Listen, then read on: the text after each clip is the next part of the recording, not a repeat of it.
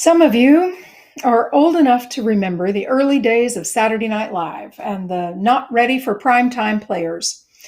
In that first season in 1975, each week, Chevy Chase, as the weekend update anchor, would announce, "This just in, Generalissimo Francisco Franco is still dead," which satirized the long-running announcements in the news in the previous weeks about Franco's impending demise.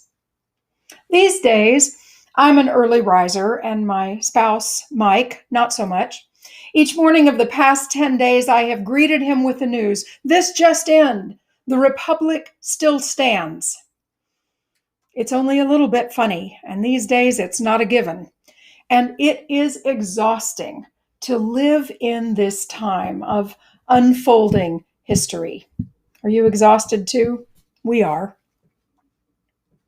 In 2007, in the early days of the election campaign that would lead Barack Obama to his historic win as the first Black U.S. president, he gave a speech at Brown Chapel in Selma, Alabama, that became known as the Joshua Generation speech.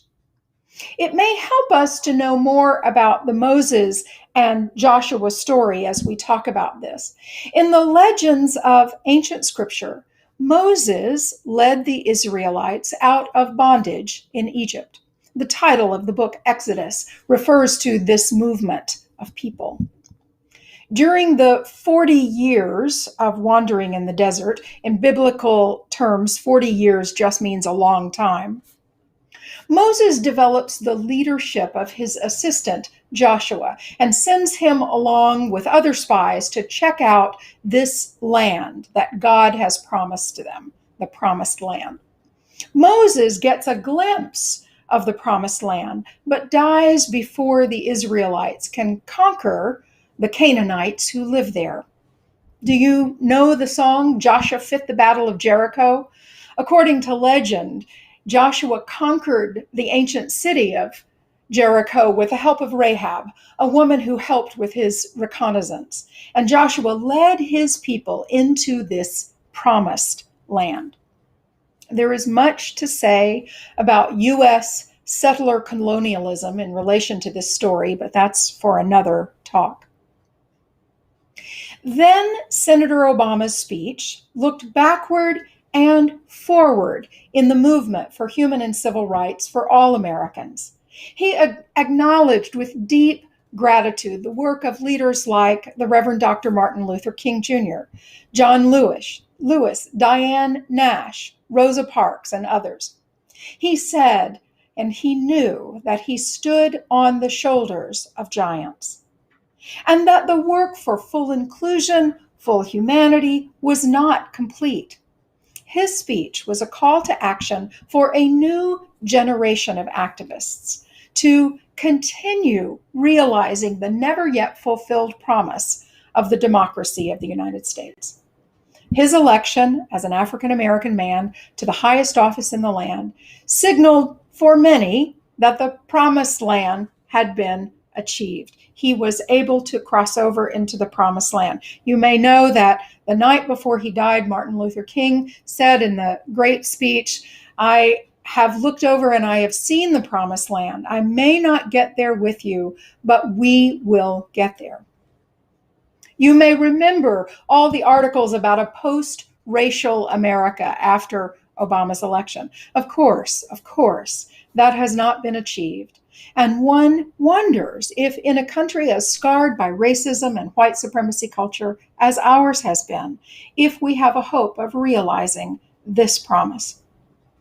And yet, it is ours to take that baton, as Allison told us in the story. It is ours to relentlessly pursue this full inclusion, full humanity and civil rights, because to fail to do so, to pursue, is to give up accountability, integrity, ethical obligation. Indeed, it is to give up our humanity. This is the work of humanism, of our faith, that people, the full inclusion of every person, is more important than ideas. That is not to say that ideas are unimportant, but rather that we not cling to them when they harm others, even inadvertently. Each generation is both the Moses and the Joshua generation, the one that imagines and the one that is tasked with fulfillment. To be progressive means, of course, to progress, to move forward, not only in understanding, empathy, compassion, but equally in social reform that improves the lives of those outside the dominant culture, which already benefits from its centrism, from being dominant. The people who rioted at the U.S. Capitol on January 6th were overwhelmingly white and male. The dominant culture in this country has ever been overwhelmingly white and male. The Moses generation of founding fathers did something no other society had ever successfully done before. They said that the people should get to decide how and by whom they are governed. By and through them, the world was turned upside down. Their vision was powerful and it was flawed. They could make no room for the full humanity of the indigenous people of the land, for the people who were enslaved, for anyone who didn't own property, or was non-white, or was non-male. Powerful and flawed. Every generation since has included both Moses and Joshua, imagining a new and better future as far as their vision could take them, and unable to go as far as the next generation. Some of us look back on those founders with dimming respect. Our respect for them dims as we learn more. As we learn more about how the basis of our democracy was anything but all-inclusive. It behooves us to know that, because some future generation of Joshuas will look back at us with all our good intentions in much the same way.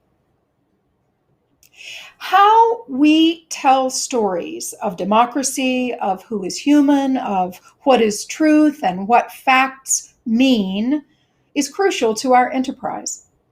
In our opening reading, Lisa Friedman frames fragmentation as just what we need to see parts of the whole.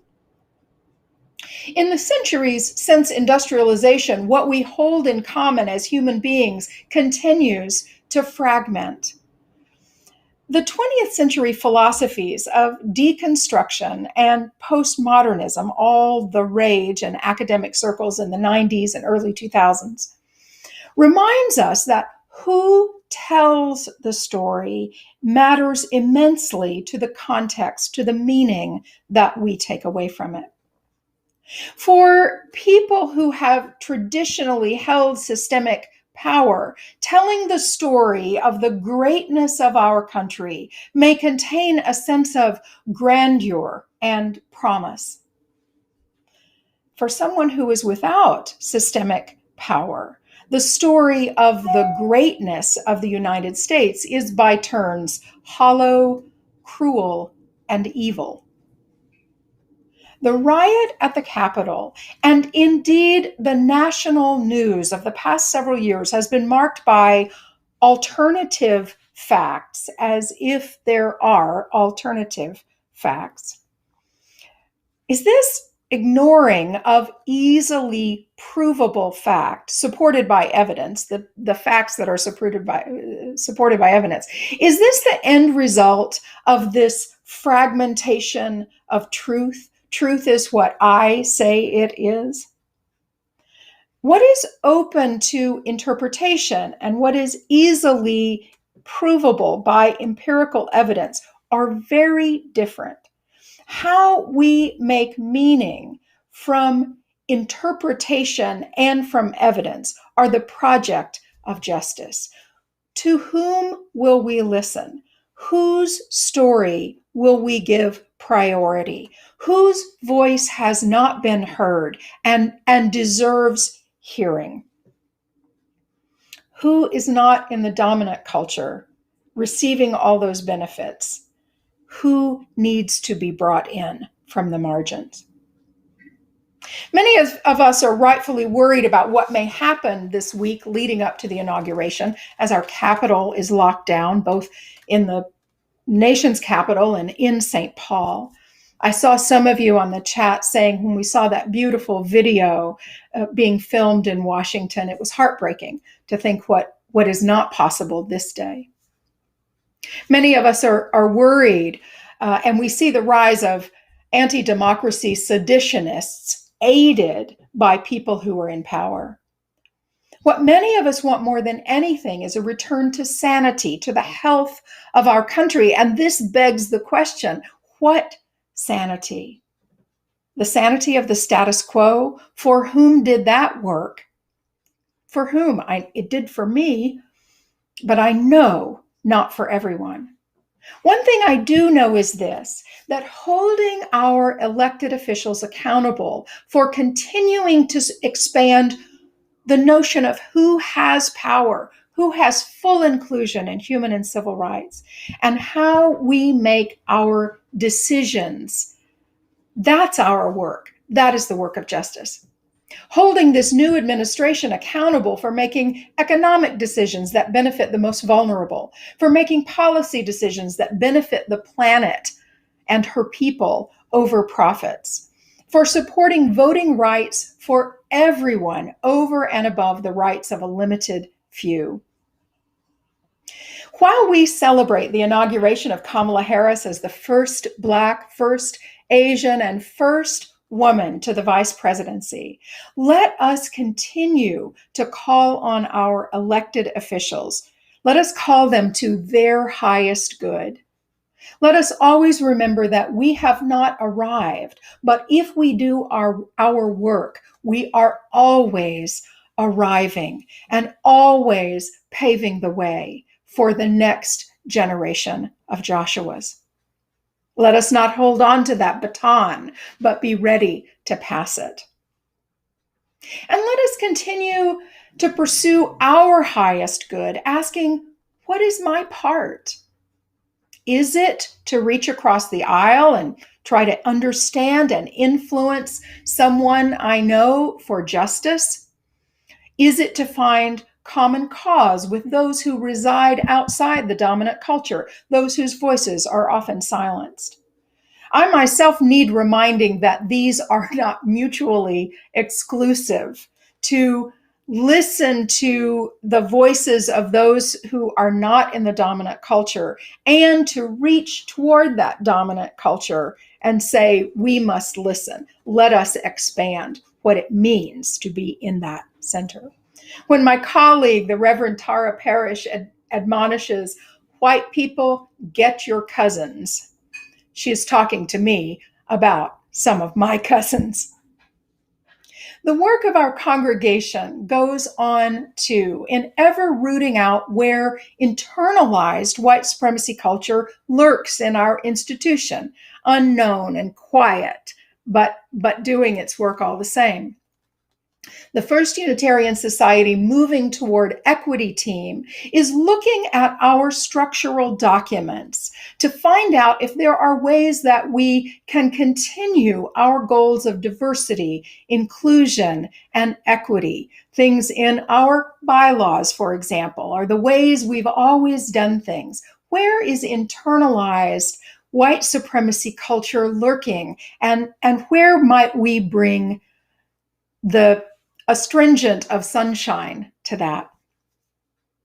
One of the things that our Moving Toward Equity team is promoting the 8th principle project of the Unitarian Universalist Association. You heard me talk about that a couple months ago. I'd like to invite you to save the date, mark your calendar for Saturday, March 13th, when we'll have a workshop with Paula Cole Jones, who was one of the founders of the 8th principle movement. And we'll find out more about what it means for us to take this baton to build on the anti-racism work of this congregation. Those of you who marched at Selma, those of you who have done anti-racist work for a long time. What does it mean to take this baton and move forward in accountable relationship? These days of living in history at, as they are saying a lot on the news, the inflection point of history, leaves many of us filled with trauma, rage, grief, despair, a sense of powerlessness, and also hope. Also hope. Let us not forget that the baton itself holds hope. I want to close with this prayer for protection written by our colleague, the Reverend Elizabeth Wen. She writes, for Black, Indigenous, Muslim, Latina elected officials, for the residents of Washington, D.C., for each of us who has ever been handcuffed or tear gassed or afraid of the police or white supremacists or our government. For each of us who is afraid every day for ourselves or our loved ones or our children in this country, may we be protected.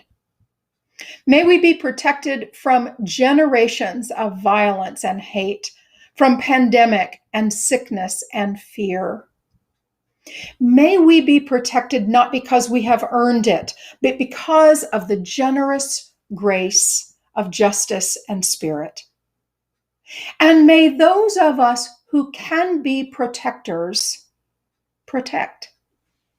Be pourers of tea for ourselves and others, builders of power for love for ourselves and others, reminders to breathe and eat and fight and tend, to rest and risk so we may all be protected.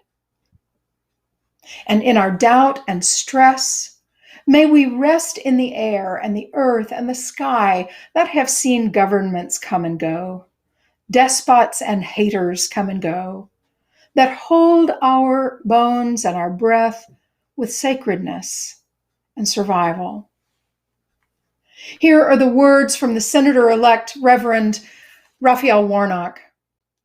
Will we play political games while real people suffer, or will we win righteous fights together, shoulder to shoulder? Will we seek to destroy one another, or heed the call toward the common good, building together what Dr. King called the beloved community? May it be survival and justice. May it be shoulder to shoulder. May it be beloved community. This is our prayer. Blessed be, and amen. Join me from home in our Extinguishing the Chalice words.